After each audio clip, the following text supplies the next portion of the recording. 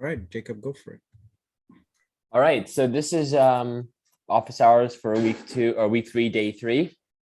Today, there's the content actually isn't officially out yet. It will be in an hour or so. Like pretty much when this office hours is over, I'm just going to release it.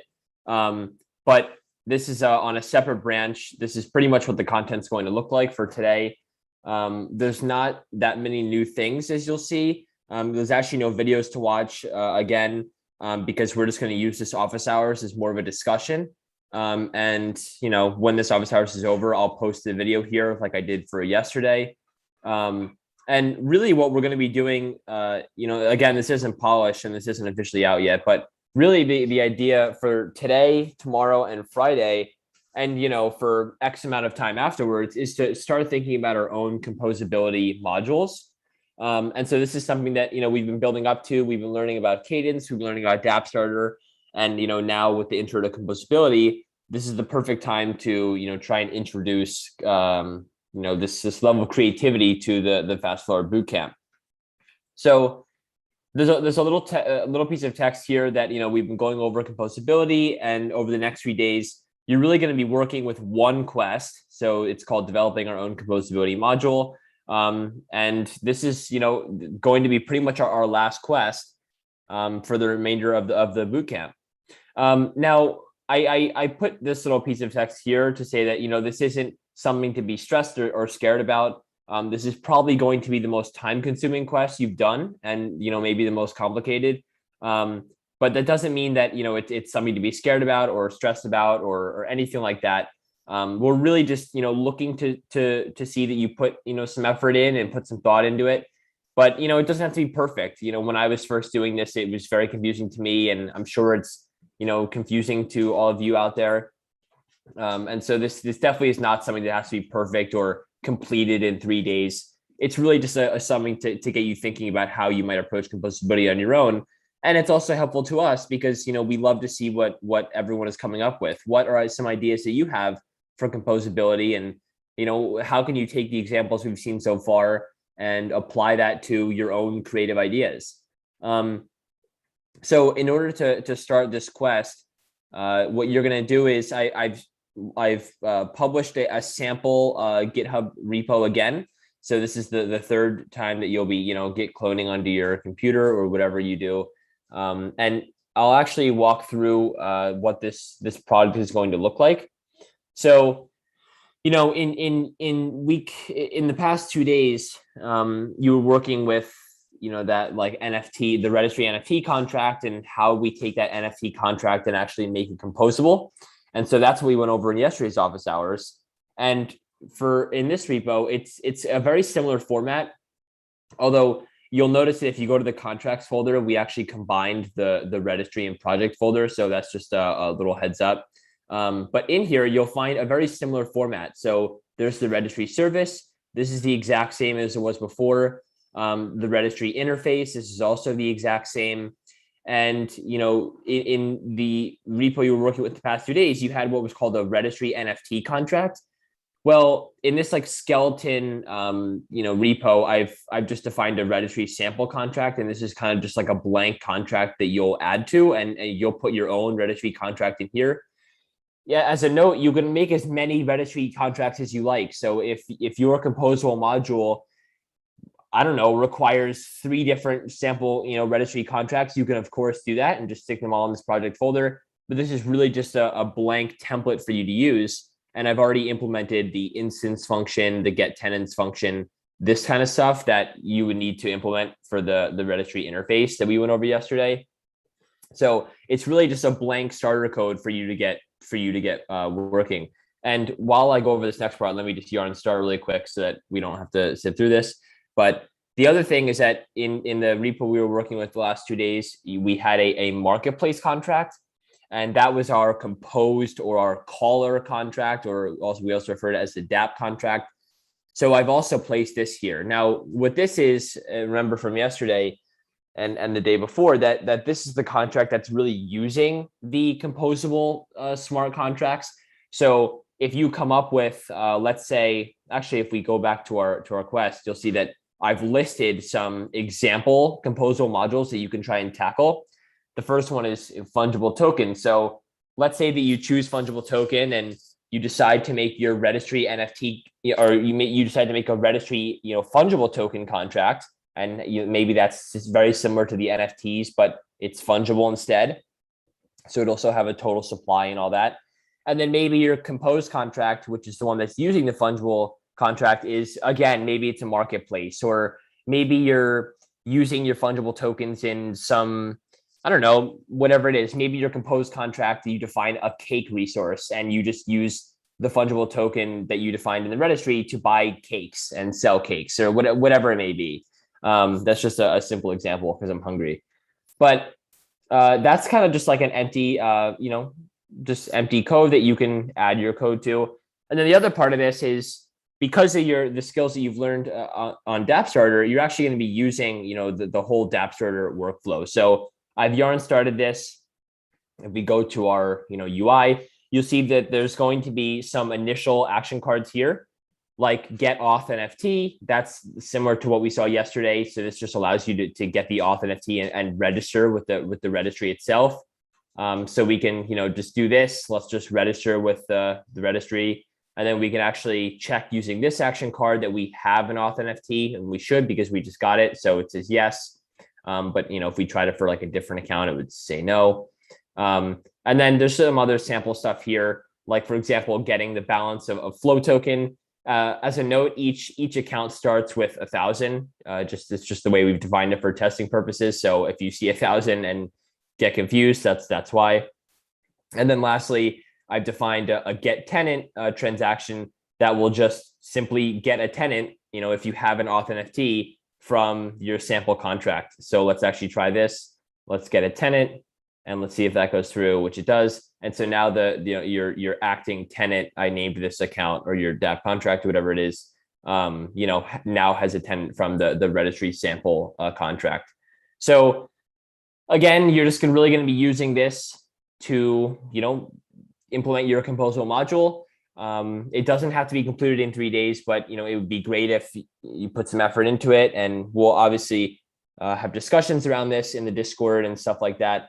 And I want to open this office hours up to more of a conversation that we can try and have to discuss composability as a whole, maybe some ideas of composability we may have, etc. And in the Discord, I'm also going to be creating a new text channel. So I'm going to create a new text channel called something to do with composability. And in that channel is where we're going to discuss ideas for composability. So like I was mentioning before, inside of the README, we have some 5 ideas here. So maybe a fungible token one. The second idea is Nft metadata on IPFS. So this is just a mere extension of the NFT contract, where usually your NFT has a field to like an ID or something. Well, in this example, we're going to add an extra field that handles metadata using IPFS. So I'm being purposely vague here because this is something that obviously would be great if you took the time and thought about it and let the creative juices flow. But that's another example. The third example we listed here was multiple approval / multi-sig. What this is think about it like, let's say you had some sort of proposal and you wanted multiple people to be able to approve of that proposal. And then once that amount of once people approved it, then some action would take place, right? So let's say, I published a proposal and I wanted accounts 0, 1, 2, and 3 to all have to approve it. Once they approve it, then boom, some action is taken. So again, I'm being vague here, but that's the general idea here.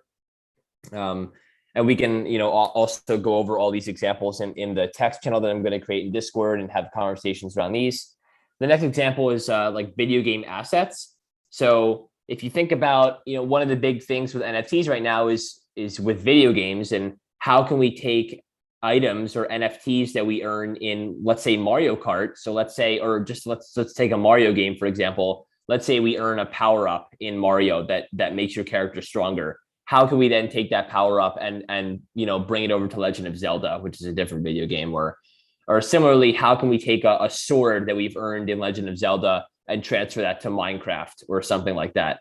So this is just trying to get you to think about maybe how we can handle a standard for video game assets. Maybe we define a resource called video game asset, and that just is the standard for, video game assets. And maybe your calling contract or your compose contract deals with trading those back and forth, whatever it may be. And then the last example that I included was voting. So, maybe make a registry contract that deals with voting. How can we incorporate maybe public surveys or stuff like that, where maybe an admin publishes a public survey, and then anyone that has an account can vote on a proposal. And then once the admin decides to close the proposal, the votes are tallied up and it's completed, and whoever is the winner wins, or something like that. So these are all just initial ideas that I presented. These aren't full-fledged ideas either. These are just things that just came to mind. And like I've said before, we can go over these and have discussions around these. But of course, there's nothing wrong with ignoring these completely and just coming up with your own example. In fact, that would maybe even be better to see what everyone comes up with. So with that, if there's any questions, by the way, please ask. But I really wanted to use this office hours more as a means of discussion, since there's not any quote unquote new content. Jacob, I wanted to chime in here and talk a little bit about higher level strategy around coming up with the idea for the composability module a little bit. So the ideas that Jacob just alluded to are, you'll probably notice a pattern around them. They tend to be very simple things, but not too simple, not trivial. They're simple in the sense that they are a singular purpose.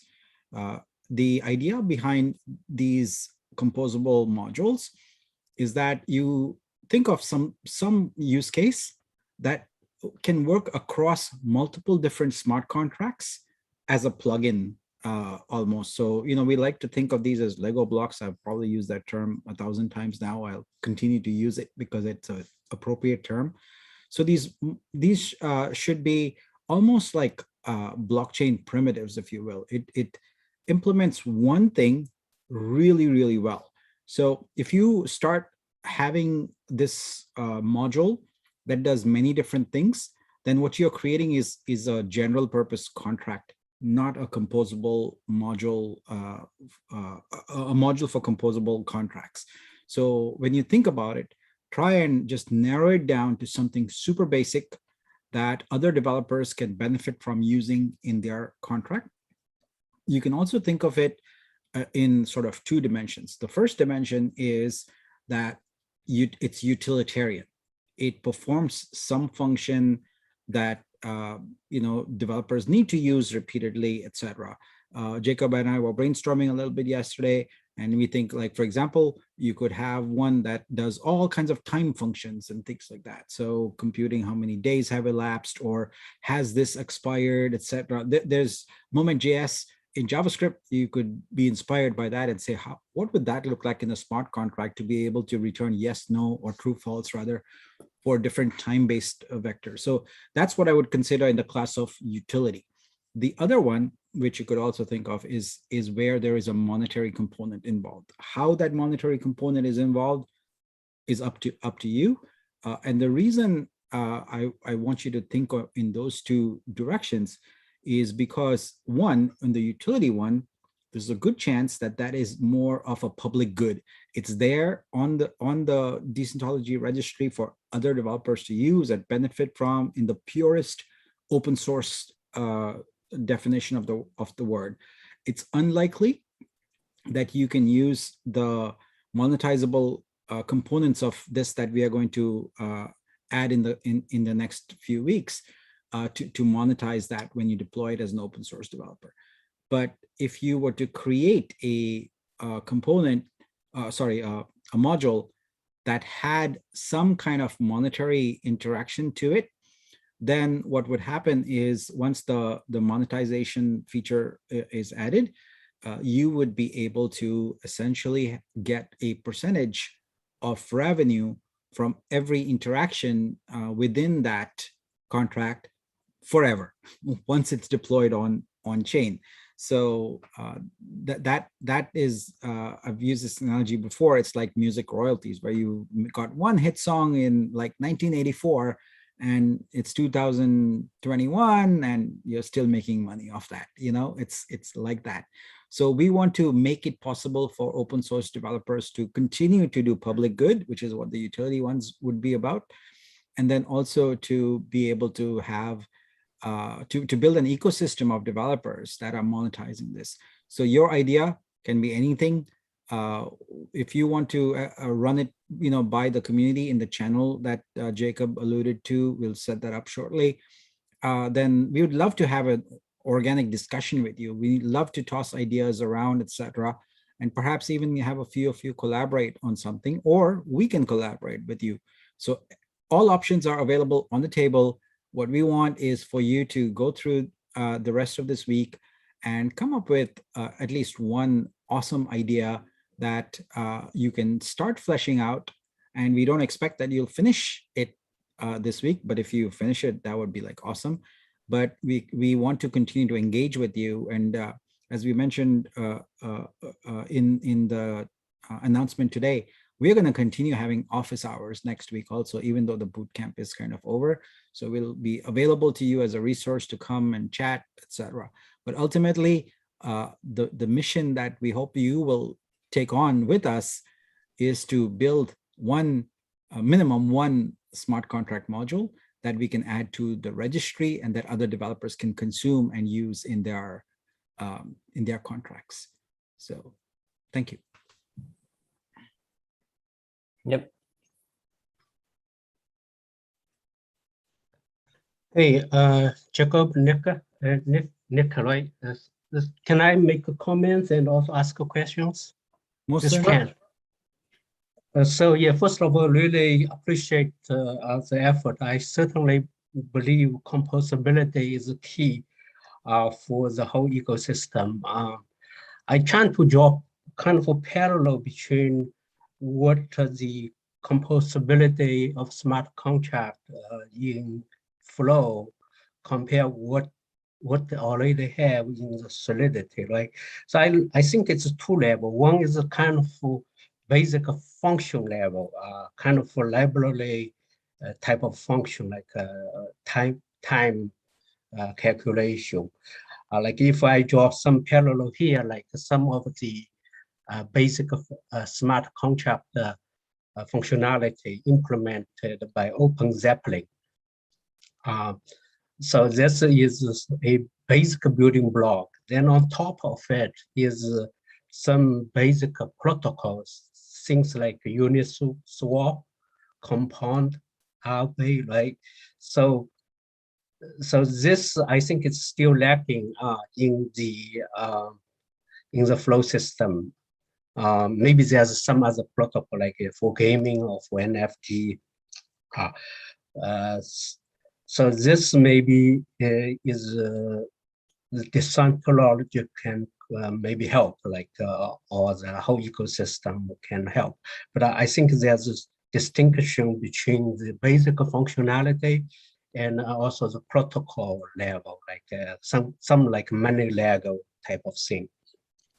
Then yeah, in terms of money Lego, you can have what Nick said as the kind of token economics built in, so you can every time you get invoked, you can get the money or get the rewards. So yes, so in general, it's good. I think it's is the approach that the ecosystem can help, and really appreciate also the decentralized contributing in this space. There is something like, I don't know if you guys recently look at the Poly network attack. That attack was, it's a smart Solidity contract code. It's basically a privileged smart contract called cross-chain manager.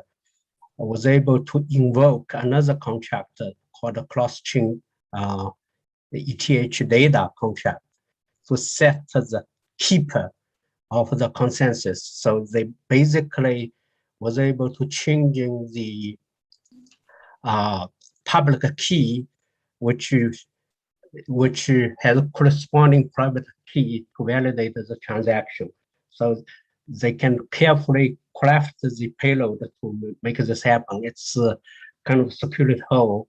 The main reason it's twofold. One, it did not really check in the calling contract if it's say owner or not, right? That's one issue it has. Another issue is it can generically call invoke a method if you can doing the hash correct in terms of a method. So this is a 600 million hack in the Poly network. One thing is I think like if we look at this flow, it's much difficult for the hacker to do that because the security design built in within the flow. Yep. Right. So this is a good thing in terms of composability, but I think also we can draw some lesson into it. Although we have the pre and post condition, we have proposal, which can be different from the payer, right? So that is good. Like not like the Ethereum, even though you have the maybe Multi-Sig, but in that Poly network case, you can just change the public key of the keepers if you carefully craft the method. So yeah, I just the question is, I think maybe two questions for you guys. One is like compare with Open Zeppelin.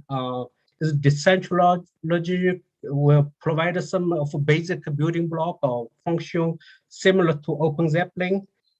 For Flow, if it is case, that's great. Second is really this Poly network, like if there's any lesson learned from Flow community, what we can learn, like what we can say that Flow can defeat it. Maybe there's other thing that we don't know, right? We can discuss. Yeah. Thanks. Sorry for the long. No worries. There's a lot to unpack there, so I'll break it down a little bit. So the first part of your question is essentially drawing a comparison to the Ethereum ecosystem, where there's a project rather called Open Zeppelin that provides a lot of libraries that other developers can then use. Those libraries are already on chain, so it's very efficient and easy to reference them in your Solidity smart contracts, thereby leveraging code that has been battle tested by other developers, auditors, etc. So absolutely, the modules that we are asking to build for the registry, as we are currently calling it, are intended to follow that same model, where any developer can create such a module. But there's a couple of differences here. The first is that with Open Zeppelin, the libraries are privately tested by and audited by auditors that they have paid, and of course they are open source, so many eyes make it easier to spot bugs. But in our network, we intend to have a network of auditors who will stake funds on the veracity, accuracy, security, and integrity of the modules that are there. So we will be introducing essentially an insurance layer that gives a greater level of trust, because if there's a problem, the funds staked by auditors will be slashed and distributed to the users affected by the problem. So let's go a little bit further into the types of code that you would expect there. So the kinds of things that Open Zeppelin has created are pure utility primarily. So for example, their most popular one is called Safe Math. It's designed to handle a lot of the initial Solidity flaws around overruns on integers and things like that. So if you draw a parallel to what we would be doing, yes, we will certainly be pushing out lots of modules into the ecosystem. We're already doing that at a very base level, but we expect to ramp up that. But we really want to focus our efforts in really bringing the community together, creating an ecosystem. That's where we are headed. So yes, we'll have our team building stuff, but our team is better suited to build better developer tools, build the infrastructure to make it easier for other developers within the ecosystem to generate code, to modify the code, to test that code, to deploy that code, to audit that code, and all of those things. So we want to reach out to developers such as yourselves and enable you to do it, because at the end of the day, our use cases and our ideas are going to be limited by the experiences of our team members. But if you throw a whole community in there, you've got all kinds of use cases, experiences, domains you work in, etc., that is going to make it much more dynamic. So that's the first thing around general utility ones. Now, in Ethereum, the concept of composability has found root and actually started to sprout quite a bit in the domain of the sort of liquidity providers and things like that, like Uniswap, etc. You can then leverage those. At its most fundamental level, you can use a contract like Uniswap as an oracle to get the current price, for a pair of tokens, etc. However, one thing that is not obvious from looking at a contract like that is a shared contract. In other words, you as an individual cannot have your private data associated with your contract in Uniswap. That model in Solidity is not yet there. We are working on implementing it. The ability for you to borrow and use the application logic for a smart contract and then have your own state data. It's a subtle but very important distinction that doesn't exist anywhere on Ethereum right now. If you go and look at any Ethereum contract that allows you to essentially implement multi-tenancy, what it will implement is something called a factory pattern, where that contract basically spins up a copy of itself on there. We consider that highly inefficient because you're wasting gas, you're wasting storage space on the blockchain, etc. Flow with Cadence is uniquely positioned to not have that wasteful architecture, which is exactly why in the contract that you're looking at today in the with the composability, etc., we've implemented the concept of tenancy in here. And the beauty of Flow is that resource that Jacob is highlighting on the screen right now, line 17 through 22, while it resides in code in your composable module, it can be called upon by another module in its entirety, and the data will reside in your account, whereas the code will reside and continue to reside in the account that owns that. So that is a very beautiful separation, a very elegant separation of concerns between application and data. Currently not possible in Solidity and Ethereum without some hacks, and we're working on those. But we went with Flow first because this design pattern lends itself to massive open source networks. We can have lots and lots of developers essentially creating application code without having to deal with state data trapped forever in your contract. That is something I would not want to use, where I have to go and use a contract, but my data is always in your possession, because if you decide to kill that contract or whatnot, there's a variety of factors. My data is gone. I mean, in the sense it's there in the blockchain, but I don't have control over it via code anymore. So this tenant pattern is important. And we hope that some of the ideas that you come up with for the composable modules leverage the fact that in Flow with Cadence, you can use this tenant pattern we have innovated and keep application logic in one place and your data within your account. So this is a class that is only currently possible with Flow. I don't know of any other blockchain, and I've implemented code for just about every blockchain out there that has any kind of traction. So this is where we think Flow is head and shoulders above the rest. Finally, around the hack, on the Poly network, a lot of that happened because of the bridge code.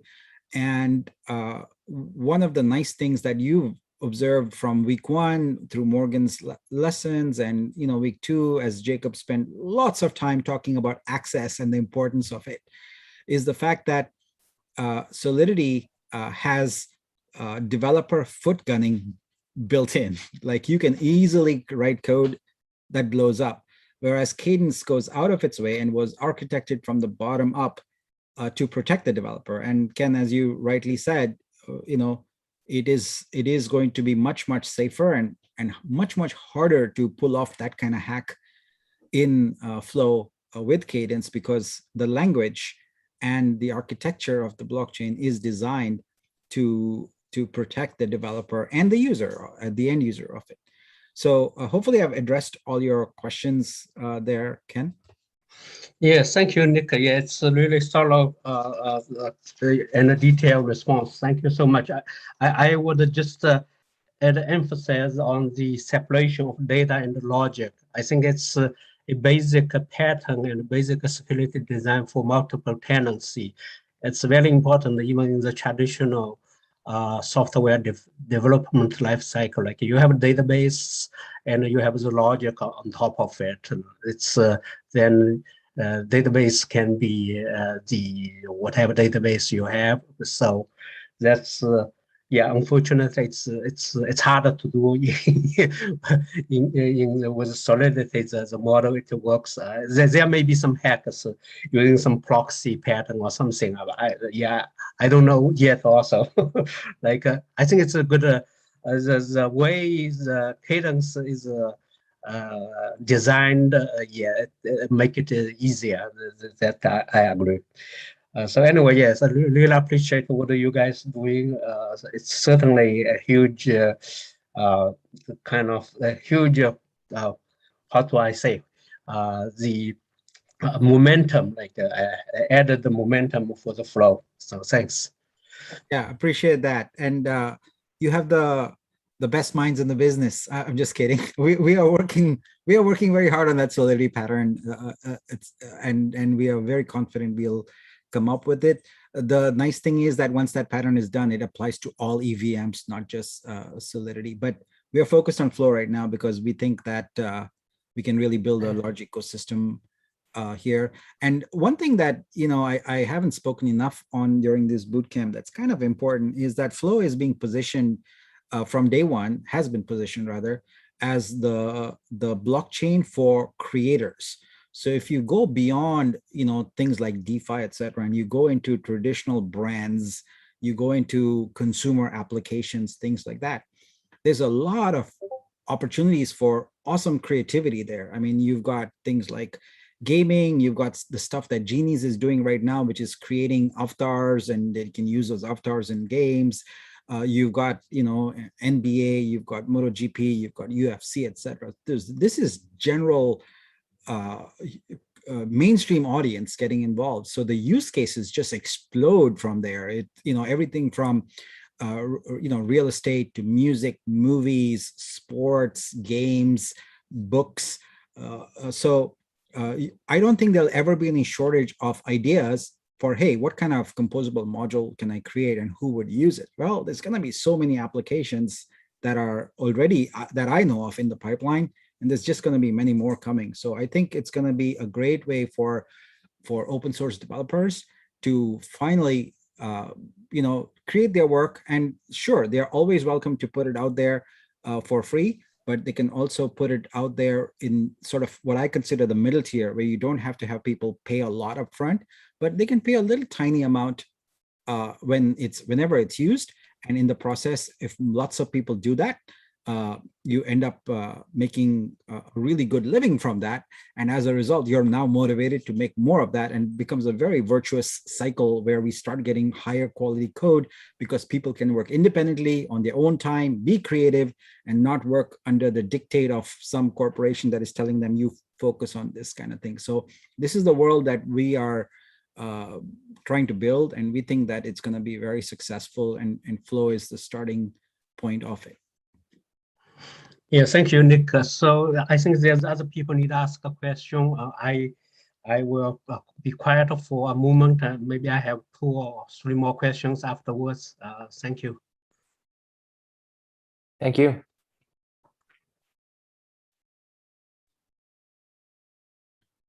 All right, so Jacob, you want to field that question from BZ? Sure. This says, how can a smart contract function call a function from a closed source contract? Example, CryptoKitties are calling function to some external contract called Gene Science, but that contract is private. How does that work? This might be Solidity, right? I can address that actually. So the source code of a contract is irrelevant from the perspective of whether it can be called or not. It's just a matter of you being aware of what are the endpoints, like what are the functions, etc. Right? So what matters instead is once that contract is deployed on chain, it is always available. Whether you can access it or not depends really on, once you get into that function call, is there anything checking to see who the caller is? So in general, with smart contracts, and this applies to Flow also, by the way, one of the best practices is a design pattern called fail fast. And fail fast is designed to reduce the cost of running a contract. And one of the ways you implement fail fast is at the very start of your function call, you do a bunch of checks. So one of the checks that you could implement in a smart contract is check to see if the caller is an authorized contract. And if it doesn't, then in Solidity, you do something called revert. In Flow, you do a panic and say, nope, no more expense happening here, and you get out of that. So regardless of whether the source code of a contract is available or not, if it's on chain, unless they put some kind of protection like I just described inside the contract to prevent an arbitrary caller, like for example, a whitelist of contracts, there's nothing to stop you from calling it. What will stop you also is the scope. And we have that in Flow, we have access, etc. So if you have created something that's a private function, then it's not visible to external contracts. It's only visible within that contract. And so that's one way to protect it. But the source code itself is not a material thing there. Now, having said all that, one of the things, especially in the Ethereum ecosystem, is you want to protect against fraudulent contracts and people who basically, you don't know what's going on in their contract. So on Etherscan, there is the ability for you to upload the source code of a contract. What it will do is Etherscan on its server will compile the smart contract, generate the bytecode, and compare the exact bytecode to what's on chain. And if they match 100%, it considers that contract safe. And it also then has the ability to surface in its UI something called an ABI, the application binary interface. And what that does is for you to bypass a client UI and directly on Etherscan interact with all the functions of the contract. Now, this might seem familiar to you, and it is. Our entire UI harness was inspired by that. So when I started using Solidity first, I loved the feature that you could go to Etherscan and basically, without writing any code, just start interacting with the contract. So when I created the first version of Dap Starter and wrote up all the action cards and all that kind of stuff, it was totally because I loved Etherscan's UI and loved interacting with the contract that way. So yeah, so in a roundabout way, I think I answered your question around closed or open source, but if I didn't, I'm happy to clarify that. Maybe the only difference is Solidity using ABI encoding, and in the Flow, you just know the address for the contract, right? Then you can invoke. Maybe this is a difference. Yeah. So there is a project available in the Flow repository right now. It's still in kind of development. It's called a generator. What it will do is it will create a JavaScript wrapper for all your functions. So in a sense, that is like an ABI, but it isn't as formalized as an ABI, because an ABI goes into a lot of detail and it provides a JSON view of the contract with everything, like every parameter, everything like that is a type, is a JSON object within the ABI. So what it allows you to do is create automation and tools that render a UI nicely and automatically for it. So the flow generator that I saw demoed is very close to that. And I think that'll allow you to do that level of automation with flow also. So we, with our UI harness, what we try to do is simplify it for the developer to create that UI and not rely on automation. The reason for that is because sometimes when you have parameters that are like, more complex data types, it's really hard for an automated tool to create a user input kind of UI for it that makes sense. And so we are kind of going with our action cards for right now. But once the generator is up, there's a good chance that when you write your contract, we will automatically generate that whole UI harness for you. And you can go and tweak it if you want, but that's going to happen.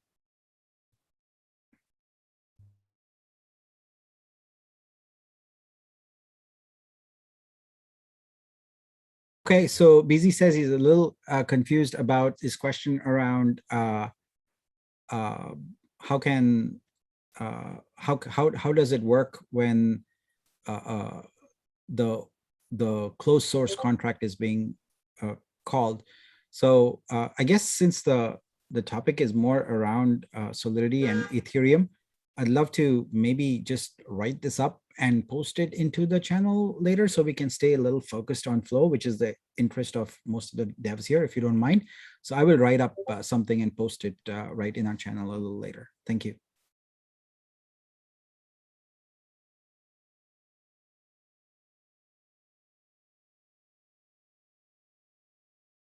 Right. So any other questions?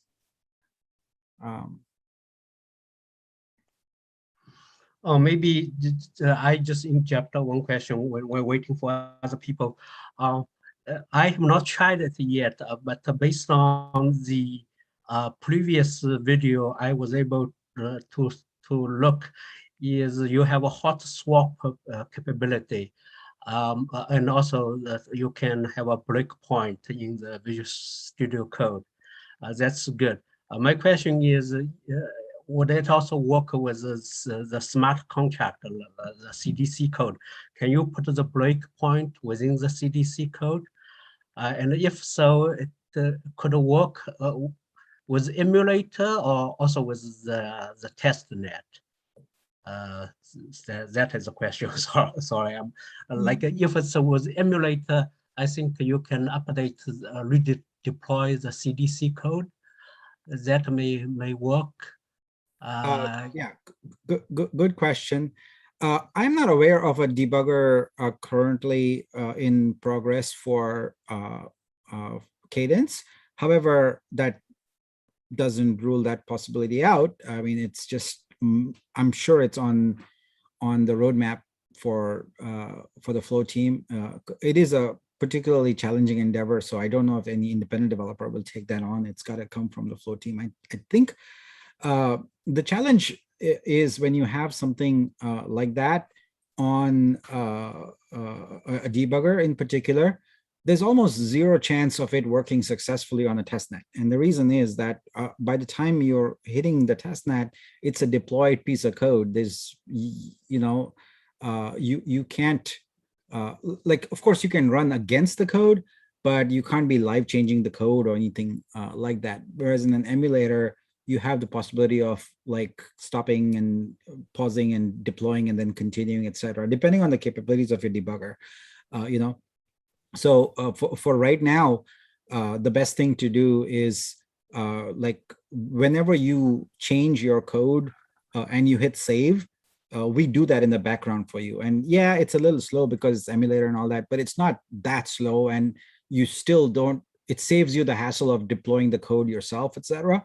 So you can effectively interactively work with your contract. But yeah, like we don't have breakpoints for Cadence at the moment. Right, but you can change the CDC code and then save it, and then what in the app start will do in the back is restart the emulator, right? Yeah, well, it doesn't. It actually redeploys the code and it regenerates, it retranspiles everything for you. Yeah, you can see that. Jacob's going to show us here. So I just made a change and saved it, and you'll see that it will automatically redeploy for us.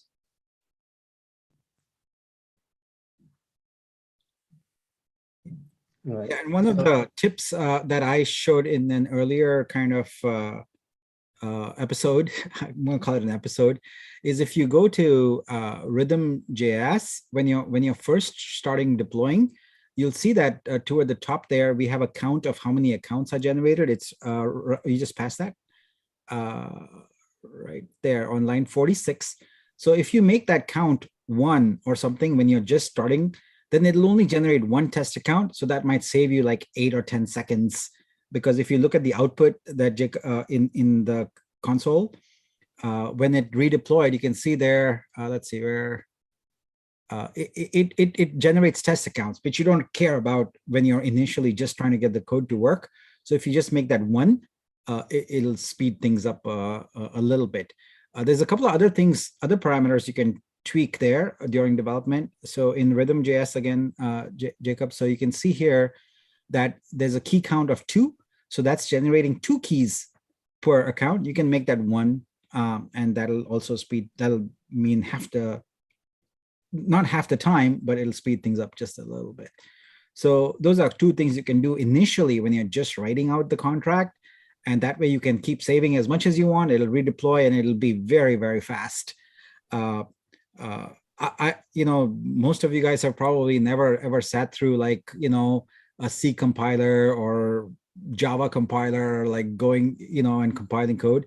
But this has kind of got that same feel to it where you change some code, then it has to compile and link and create the executable and all that. So it's kind of like that. It takes a few seconds, but it's not that slow. Yeah, thanks. This is a good tip. Yeah, so I think the tip is you make it faster. Just changes the flow. Rhythm.js. If it's only 1 account or 1 key, this is one. And the second tip is as much as possible, initially at least, has your environment, like testing environment, to be emulated, right? So you can hot deploy. Yeah, thanks. Yeah.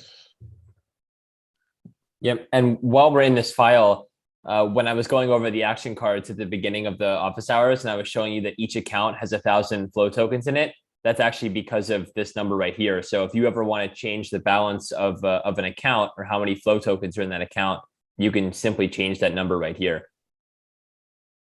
Right. Yeah, I forgot another question. So I wait for other people thinking about another question I have. Sorry. No, great questions. Yeah, if you've got questions, keep them coming. I mean, I think other people also benefit from your questions. So go for it. Thanks.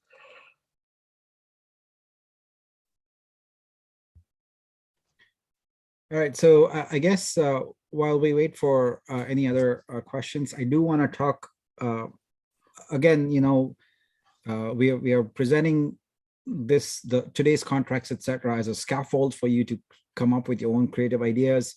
We'll have the channel. You can come and bring your ideas. We'll discuss them, etc. I also wanted to give you a brief kind of insight into some of the enhancements that are coming with dApp Starter in the next week or so.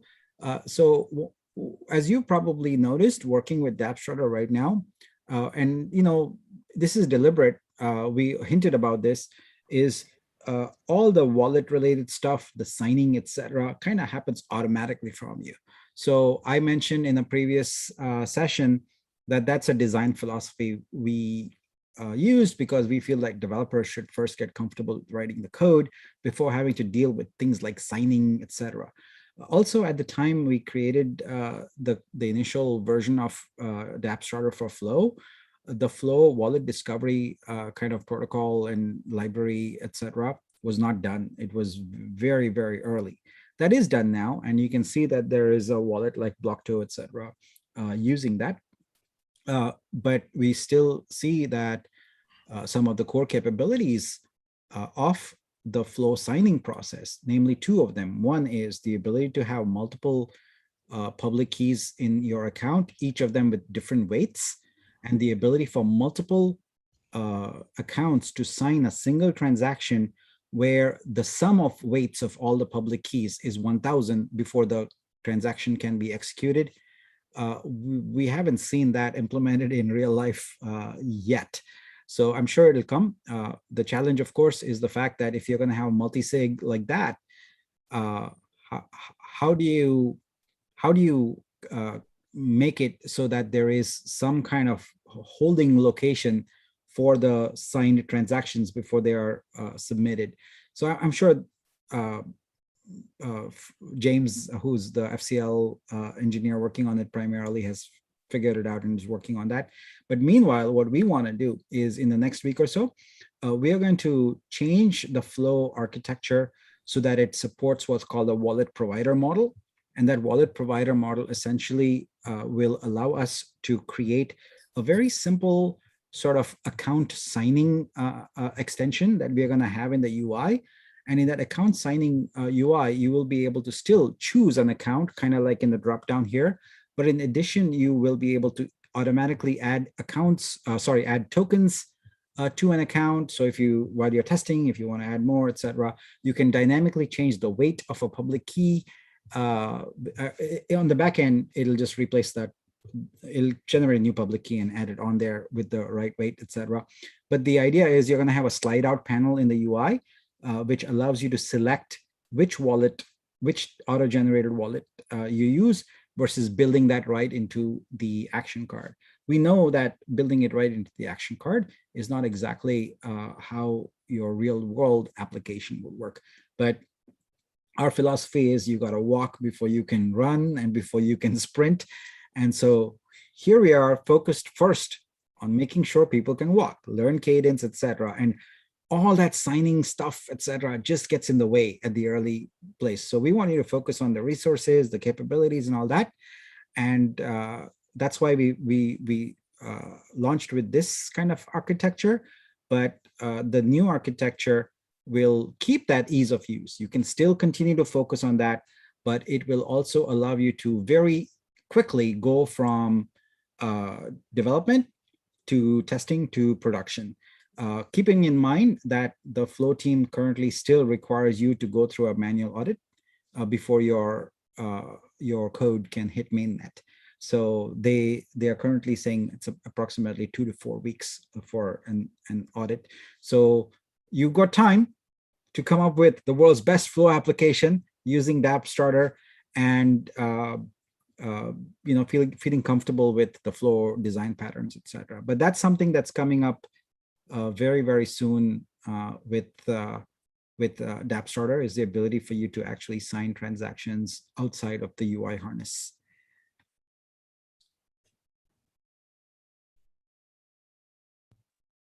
All right, so any more questions? Oh.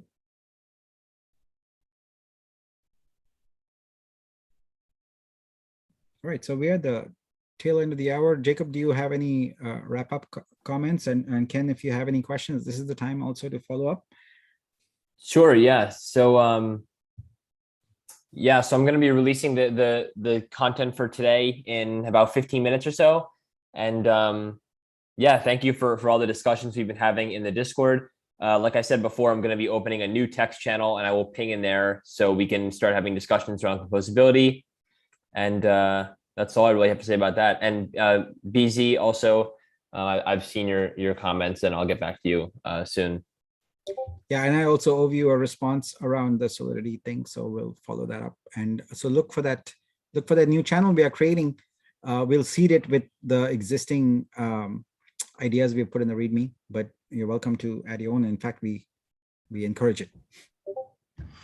Yeah, I think Nick and Jacob, thanks. You guys answered all my questions for today. If I think about a new question, I will maybe just type it in the burning questions channel then. Absolutely. All right. Thanks, so thanks a lot. I guess it's time to see what Mr. Tucker can do here. Should we do one last final attempt on the Flappy Bird? And do you want us to make noise to encourage you, or be super silent so you can concentrate? Whatever you want. Okay, wait, whatever you want. All right, I'm focusing now. I'm focusing. It's the pressure of being in the Zoom call.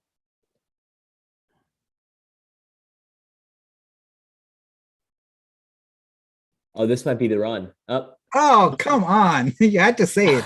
oh my God. One more. Don't All right, jinx. one more.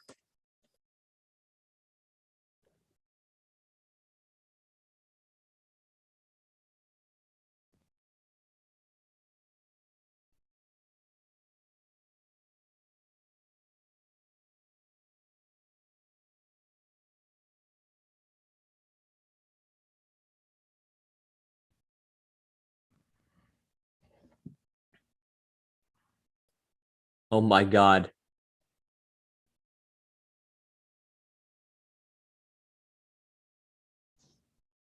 Oh my God. I'm shaking.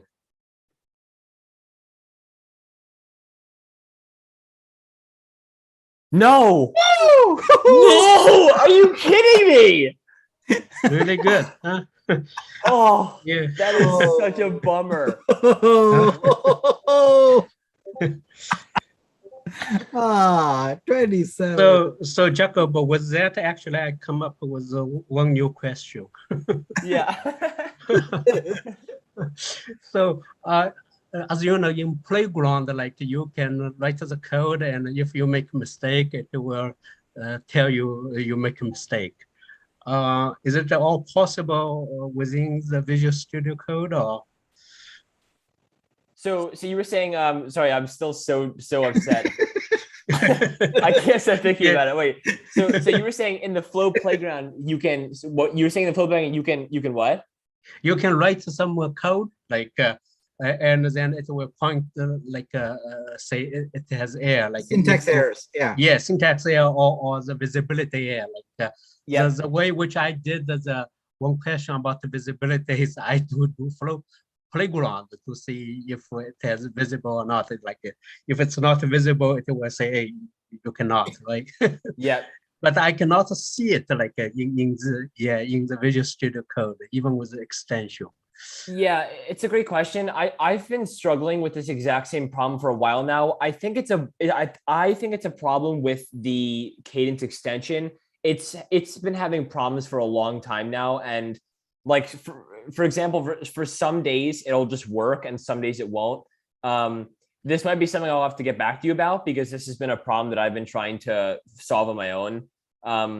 But yeah, I also get like language server, it's down or something. Yeah, it's always like this. it's always like that, right? Yeah, and yeah, to be honest, I'm not exactly sure why it does that. You know, the Flow team is constantly changing the way that they import, and you know, they change their Flow JSON all the time, and so I think the Cadence extension is just behind right now. But that's definitely something I want to get back to you about, because I have been meaning to ask the Flow team myself about that. Jacob, right now, if you go, does it do the red squiggly? Like if you make PUB into PBU or something like that, will it give you, like make pub into PBU or something, will it give you a squiggle? No, it doesn't. That's what's so weird. I've seen, that's kind of weird, because the other day Redline posted and she had squiggles showing up in her Cadence code. Well, Redline had squiggles because of this, because like it didn't like the project dot format. I like, yeah, that shows up. So I don't know why that's not showing up right now, honestly. But like the thing that Ken's talking about is like for example, if you try to access like a dictionary that can't be accessed or something, or you know, the Cadence extension at one point even had like a code auto completion. So like if I was like typing a function out, it would just auto complete it, but it just goes in and out, and I don't know why really, but okay. So that's something we can follow up with the Flow team and figure out how if we can help, if at all, to fix those issues. Yeah, especially this visibility thing. It's really good in Flow like playground, like but it's not here. Yeah, the extension. Yeah, the only problem with that's something we can also do, because those errors are not they are not design time or code creation time, those are compiler errors it's surfacing. Yeah. So it's parsing the compiler errors and just showing them in a dialogue, in real time, more or less. As you're typing, it's compiling. Oh, So yeah. we could That's do that good. too. Yeah. When you type in, you compile and just show the compile error. And Mhm. there's a line. Yeah, that's good.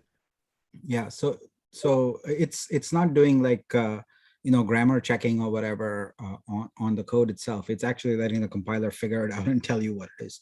So that's actually not that. In fact, that's a really good idea. We could do the same thing, where as you're writing it, we could just compile this particular script. Oh, that will be hugely helpful. Yes, certainly. Yeah. All right. Well, we'll think about that and put it on our list. Thank you. Good idea. Thanks, Nick, Jacob. That's really important.